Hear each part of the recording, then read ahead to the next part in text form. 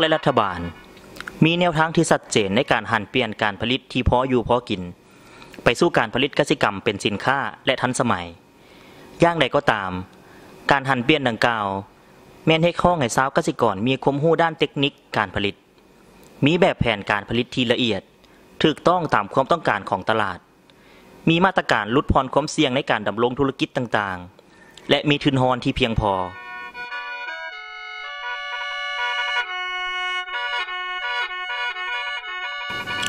ในหลายๆปีที่ผ่านมาเห็นว่าชาวกสิกรจำนวนหนึ่งก็สามารถหลุดพ้นออกจากความทุกข์ยากและปรับปรุงชีวิตการเป็นอยู่ของเขาเจ้าให้ดีขึ้นจากการหันเปลี่ยนดังกล่าวแต่ชาวกสิกรจำนวนบ่น้อยผัดเป็นไปในทางตรงกันข้ามจากครอบครัวห่างมีอุดมสมบูรณ์กลายเป็นครอบครัวทุกข์ยากขาดเขินและมีหนี้สิน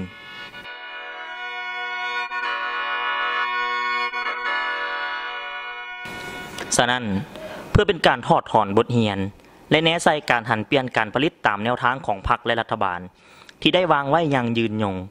จึงได้เฮ็ดวิดีโอนี้ขึ้นมาซึ่งแนะใส่ให้ผู้ชมได้เข้าใจถึงปัจจัยที่ให้เกิดหนี้สินโดยหวังว่าจะเป็นการเตือนสติให้แก่ชาวเกษตรกรคนอื่นๆรวมทั้งองค์การจัดตั้งที่เกี่ยวข้องในการปรับปรุงด้านนโยบายและให้การช่วยเหลือชาวเกษตรกรที่เป็นหนี้ตามความเหมาะสมตอนนั้นมีกำไรดีตอนนั้นนะมันมีกำไรดีพวกเห็ดพวกไปพวกมาส่งตก2009นะตก2009นี่มาเลยเป็นทั้งโครงการกลุ่มเลี้ยงหมูนี่นะก็เลยไปเข้ากลุ่มเลี้ยงหมูน้ำเพิ่นท่านไปเข้ากลุ่มเลี้ยงหมูน้ำเพิ่นแล้วนี่เพิ่นเรามีเป้าหมายสิเล็งใส่เลี้ยงหมูฮับต้อนซีเกมนี่นะแล้วทางรัฐบาลเพิ่นก็มาซอยปุ๊บระดมเอาขึ้นคอนให้พวกกลุ่มเลี้ยงหมูนี่ก็เลยว่ามาเอาเฮานี่เฮาก็เคยเป็นสมาชิกน้ำเพิ่นท่านสมาชิกน้ำเพิ่นแล้วเพิ่นก็ลงทุนลงงอนให้เอาขึ้นให้เอาหมูน้อยให้เอาหัวอาหารให้เพื่อสิก็เลยมาขยายฟาร์มไปอีกเป็น200ตัวหมายว่าเอาตามความสามารถเจ้าว่าเจ้าหมู200ตัวเนาะ200ตัวเพิ่นก็เอาหมูเข้ามาให้200ตัวรถฟาร์มเจ้าสามารถได้100ตัวเพิ่นก็เอาให้เข้า200ตัว100ตัวรถแบบนั้นนะแล้วจึงมาไล่กันบัดนี้นะเรื่องนี้เบิ่งคือว่าจะจบด้วยดีแต่ผัดเป็นไปในทางตรงกันข้ามสมาชิกผู้เลี้ยงหมูทั้งหมดจำนวน148ครอบครัวใน9ตัวเมืองใน3แขวงปัจจุบันมีหนี้สินหลายกว่า16ตื้อกีบจึงมาสรุปกันบัดสุดท้ายเลยบางอย่างว่าหมูไม่ได้ขายได้อย่างไรก็เลยว่าบัดนั้นเรามาสรุปกันของพ่อนี่ตกเป็นประมาณล้านกว่าบาทโอ้เงินเขามีแต่เอาดินไถดินนาไปค้ำประกันดินค้ำประกันเส้นนี้เขาบีบได้แบบนี้นะเขาบีบให้คล้ายประตูสิ่งของกันแล้วกระทบธนาคารบีบก็เลยจะบีบหมดแล้วผมมีเงินอยู่เงินกับคล้ายไปใส่ธนาคาร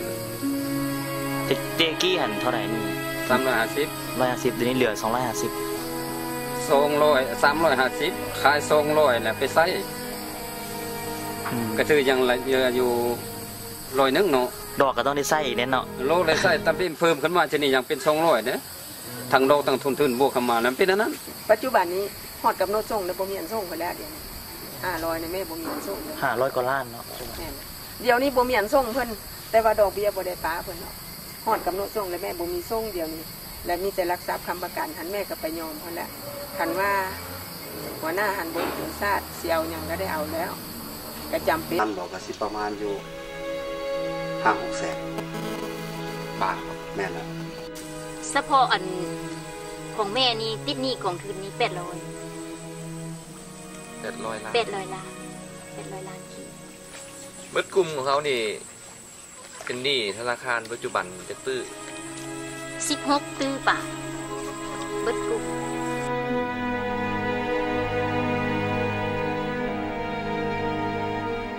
อยู่2-3 ปัญหา1ควบคุมตลาดราคาซื้อขายบ่ได้2ควบคุมราคาหัวอาหารบ่ได้3วิธีการควบคุมหนี้สินของเงินภาคส่วนที่มีหน้าที่รับผิดชอบในการออกสินเชื่อบ่มีทิศทางแน่นอนก็คือ เจ้าออกสินเชื่อเราเสยว่ากสิกรนั่นสิไปเฮ็ดจังไดก็อย่ามันบ่แม่นแนวนั้นเด้แม่นตัว เขาเจ้าควรจะเฮ็ดจังได๋ละเจ้าควรมีการติดตามการนำใช้สินเชื่อให้มันถูกต้องอันนึงอันสองมาเฮ็ดแนวใดเฮ็ดให้การนำใช้สินเชื่อหั่น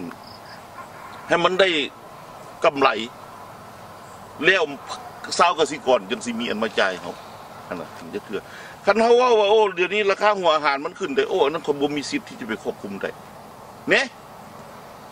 แล้วให้คนไปเว้ากับไผบัดนี้นะไปเว้ากับรัฐบาลข่อยแห่งย่านแล้วข่อยสิกล้าขึ้นไปหารัฐบาลอยู่เสเห็นบ่คือบ่ฮู้จักก็มีแต่คนไปยืมธนาคารนำเจ้าข่อยก็เว้านำเจ้านี่แหละแม่นตัวดังนั้นธนาคารต้องมีแผนกหนึ่งในการควบคุมสินเชื่อต่างประเทศเขามีบ่แม่นว่าหรือลาวอาจสิมีแต่ว่าเขาเจ้ายังปฏิบัติหน้าที่บ่ได้แบบสมมาพระควรบ่หรือแนวใดภาคส่วนที่เพิ่นส่งเสริมนี่ก็ยังให้เพิ่นรับผิดชอบนำนั่นแหละเพราะว่านี่ได้เพิ่นระดมบ้านตอนนั้นเพิ่นเปิดกล่องประชุมบ้านถ้าสมมุติว่าหมู่อยู่นครหลวงนี่นะบ่พอกินนี่นะให้พวกเจ้ารับผิดชอบหมู่บ่พอป้อนตลาดนะบัดสุดท้ายพวกเขาก็มาเปิดกล่องประชุมกันอยู่กลุ่มหมู่อันน่ะแขวงบุรีคำไซไปเปิดกล่องประชุมอยู่อันท่าแขกแล้วก็มาร่วมกลุ่มกันปั่นมือกัน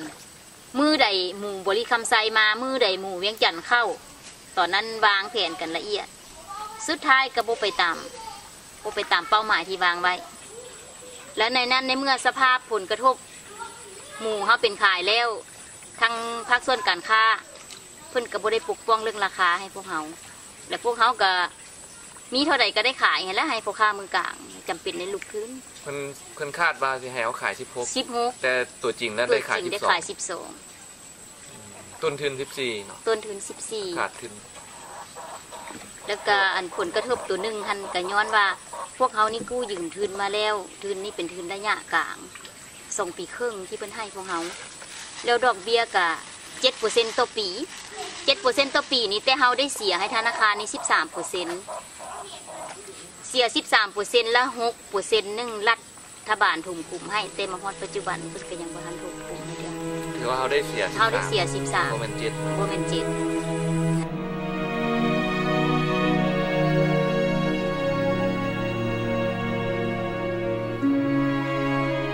แต่ว่าคณะสิเลียงก็เรียกอีกบ่ได้แหละเพราะว่า CP มันมาตีตลาดจีนนับแต่ป่าหมูหมักไม้พักจีนเฮ็ดเบิดแล้วเฮาเฮ็ดเฮาก็บ่มีบ่อนขายดอกคิดว่าคุมเบิดยุดเขาได้คุมเบิดมีแต่ว่าเป็นหนี้นี่สิเฮ็ดวิธีใดจังสิหลุดเท่านั้นปัญหาหนี้สินดังกล่าวได้เฮ็ดให้ฟาร์มหลายๆแห่งต้องล่มละลายบางคนก็ต้องขายดินขายเฮือนเพื่อชดใช้หนี้สินให้ธนาคารบางครอบครัวก็เฮ็ดกิจกรรมการผลิตอื่นๆเพื่อชดใช้หนี้สินเก่าหลายครอบครัวก็ปะห้างกันตลอดถึงตอมใจตายตามหนี้สินที่มีสมาชิกกลุ่มหมู่ของพวกเฮานี่ก็นอกจากการเป็นหนี้เป็นสินแล้วก็อุกใจแล้วก็ตายนี่3 คนแล้วเด้ตอมใจตาย3 คนอยู่เมืองนาไซทองนี่ผู้หนึ่งแล้วก็อยู่เมืองเวียงคำนี่ผู้หนึ่งแล้วก็อยู่เมืองธุรคมนี่ผู้หนึ่ง3 คนเดี๋ยวนี้สมาชิกหลายคนหลายตัวเมืองและแม่นบ่มีเฮือนอยู่ตัวจริงคืออยู่นะกลุ่มนี้ก็มีส่งครอบครัวขายเฮือนเลยใส่นี่นะใส่นี่ดินดอนนี่จะเขาสิมันยึดยามใดก็บ่ดินดอนนี่ก็มันจะเขาสิมายึดเอามื้อใดก็บ่ฮู้ทุกคนบ่โตแล้วเสียเนื้อเสียโตเสียเป็นบ้าก็มีบางคนบ้านเฮานี่2 คนได้เสียหัวเป็นบ้าบ่เฮ็ดหยังมีแต่เข้าคาราโอเกะร้องเพลงลูกนี่ครับเบิดโตเลยเนาะเบิดโตประกาศขายดินขายดอนอันนี้นี่แหละแต่มันก็บ่คันมีแต่มาซื้อรวมก็เลยว่าบ่ฮู้สิจังได๋ก็มาปรับปรุงจักเสียดยังบ่ฮู้เสียก็เลยเอาเขาอีฮูมเอาไผแล้วมาปลูกกันไปครับกระทืนฮ้อนอยากเลี้ยงปูเลี้ยงปลานี่ตื่นแดก็เลยว่าบ่มีขึ้นมีฮ้อนก็สิค่อยเฮ็ดค่อยหาไปจังซี่แหละก็ตามได้รับปากเพิ่นซั่นแหละ หนี้สินก็ต้องได้ใช้เนาะเพิ่นบ่ได้ยก บ่ เว้นให้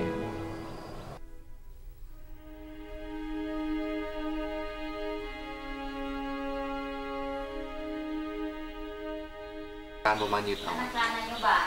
เฮาก็บ่ให้ยึดละย่อมือหกกันซุมื้อนี่ล่ะคลองคอยจังซี่ล่ะว่าขอนํเด้อสิล่ะช่วยลูกช่วยเต้าอีกแด้ก็ได้ห้องขอสิล่ะแล้วก็อยู่นี่ก็อยู่รอคอยก็คือว่านอนเฝ้าข้องหมูเป้า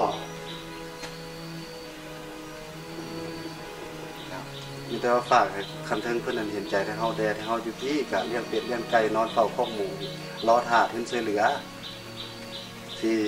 แขนงการเลี้ยงสัตว์ของกสิกรรมปลูกฝังมันอยากให้อวยลงมาหาแทนเฮาพี่แน่เพราะว่าผู้รอท่าอยู่พี่สิจ้ะมันทึนคงที่มันมีเบิดแล้วยังแต่รอท่าได้ทึนหมุนเวียนเป็นยังได้ก็ขอห้องน้ำคันเทิง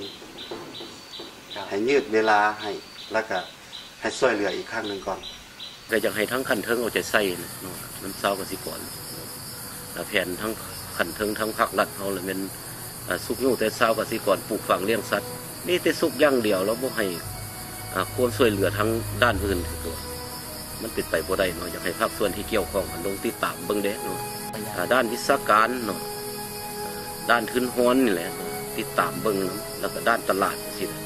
ก็คันเฮาเฮ็ดไปแล้วตลาดบ่มีสนองครับตายคือกันแต่เฮาผลิตไปแล้วบ่มีคนขายถึงมีได้หลายทานก็ถือว่าอยู่นำตัวนี้แหละอยากให้ภาคส่วนเกี่ยวข้องเอาใจใส่นะภาครัฐเขาเอาใจใส่เนาะคันว่าส่งเสริมเฮ็ดก็อยากให้มีตลาดมี